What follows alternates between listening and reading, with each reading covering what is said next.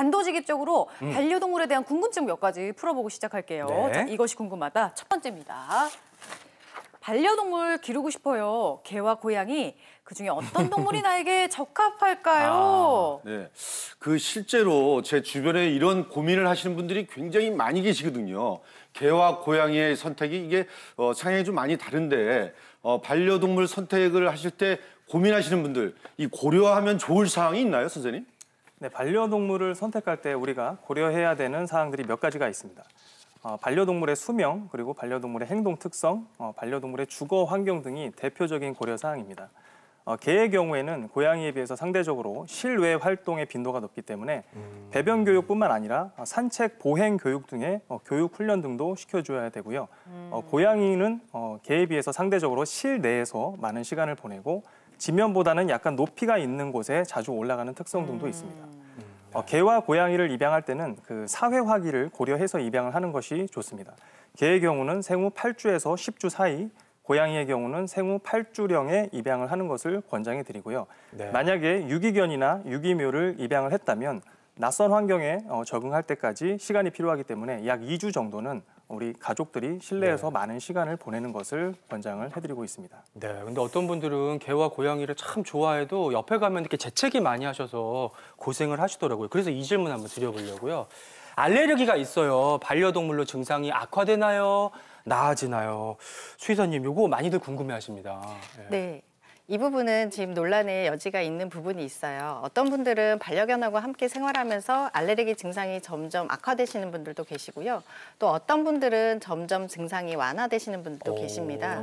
네, 그래서 저희도 실제로 보면 뭐 알레르기가 굉장히 심했는데 뭐 수의사나 반려동물 보건사라든가 보호자분들이 아이들하고 생활하는 시간이 길어지면서 알레르기 증상이 점점 완화되는 걸 많이 볼 수 있습니다.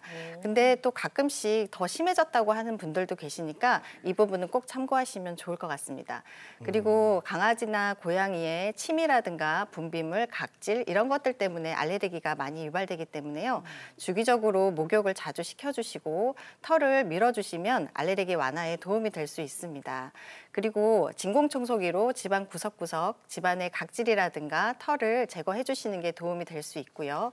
그리고 요즘에는 최근에 고양이 사료 중에서 강아지나 이렇게 고양이 사료를 먹으면 보호자분들한테 알레르기 증상을 좀 덜하게 해주는 사료들도 출시되고 있으니까 참고하시면 좋고요. 그리고 키우는 강아지나 고양이한테 피부 질환이 있다면 각질이나 털 빠짐이 더 심해지기 때문에 꼭 동물병원에 가셔서 치료를 받게 하시면 좋을 것 같습니다. 그리고 보호자분들도 만약에 증상이 심하다면 그냥 무작정 기다리지 마시고요. 병원에 가셔서 알레르기 치료를 받으시면서 아이들과 즐겁게 생활하시면 좋을 것 같습니다. 그러니까 도움을 받을 수 있는 방법들이 많이 있으니까 많이들 찾아보시면 좋을 것 같고요. 특히나 그런데 이제 아이들 있는 집은 그런 이유 때문에 어떤 알레르기가 생길까? 맞아요. 또 건강상 이런저런 이유로 걱정들 많이 하시는데 그 부분 괜찮을까요? 네, 실제로 10년 전만 해도요. 강아지들이나 뭐 고양이를 기르시는 분들이 이제 출산을 앞두고 선생님 얘 같이 있어도 되나요? 뭐 이런 고민을 많이 여쭤보셨었어요. 그리고 실제로 이제 부모님들이 너무 동물 키우는 거를 반대하셔가지고 막 울면서 얘를 어떻게 보내야 되나요? 이렇게 문의하시는 분들이 많았는데 요즘에는 인식들이 좋아지셔서 거의 대부분 이런 질문을 하시는 분들은 없습니다. 그래서 반려동물을 이제 키운다고 하더라도 반려동물의 질환이 아이들이나 사람들한테 직접적으로 영향을 미치는 거는 거의 없고요. 그리고 아이들의 정서적으로 도움이 많이 되기 때문에 이 부분은 꼭 참고하셔서 반려동물하고 같이 생활하시면 좋을 것 같아요. 그래서 반려동물하고 함께 생활하는 이제 어린 아이들은 뭐 면역력도 많이 좋아지고요. 알레르기 증상도 완화되고 그리고 사회화, 인지기능, 운동신경들이 더 발달된다는 연구 결과가 있으니까 이 부분 꼭 참고하시면 좋을 것 같습니다. 네, 그리고 건강 문제뿐만 아니라 법률적인 부분도 잘 따져봐야 되는데요. 이 질문 드려볼까요? 동물보호법이 개정됐다는데 어떻게 바뀌었나요? 그 최근에 좀 바뀐 거 꼭 알아둬야 될 거 어떤 게 있을까요, 변호사님?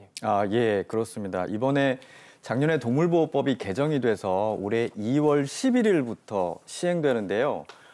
먼저 반려동물을 학대해서 죽게 만드는 경우에는 종전에는 2년 이하의 징역 2천만 원 이하의 벌금에 처하도록 돼 있는데 이번에는 3년 이하의 징역 3천만 원의 벌금에 처하도록 좀 강화를 했습니다. 그리고 반려동물을 임의적으로 버린 경우에는, 고의적으로 버린 경우에는 예전엔 과태료 처분이었는데 네. 이번에는 300만 원 이하의 벌금에 처하도록 규정돼 있거든요.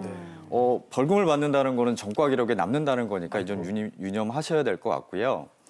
또 맹견의 경우에 보험 가입을 의무화했습니다. 그래서 이걸 위반한 경우에는 300만 원 이하의 과태료 처분을 받을 수 있고요. 시행령상으로 보험 조건을 좀 명시를 해놨습니다. 예를 들면 개물림 사고로 인해서 만약에 사망한 피해자가 발생한 경우에는 8천만 원 이상 조건이어야 된다든지 다친 경우에는 그 등급별로 일정한 금액을 명시적으로 규정을 해놨습니다. 또 동물 판매업자가 직접 동물을 판매하는 경우에는 그 구매자 명의로 반려동물 등록을 반드시 또 하도록 규정을 해놨습니다. 이런 부분들은 또 하나 또 말씀을 하셔야 될 것은 반려동물을 외출을 할 때는 예전에는 그냥 목줄을 착용해야 된다고만 돼 있지만 지금은 시행령상으로 2m 이내로 줄을 유지해야 된다라고 명시를 해놨습니다. 또 좀 조심해야 될 부분들이 예전에 어떤 사고가 일어났을 때 이 부분을 입증하기 위해서 좀 어려움이 있었는데 6월 18일부터는 동물 미용업자라든지 동물 음성업자의 경우에는 반드시 CCTV를 설치하도록 규정해놨습니다.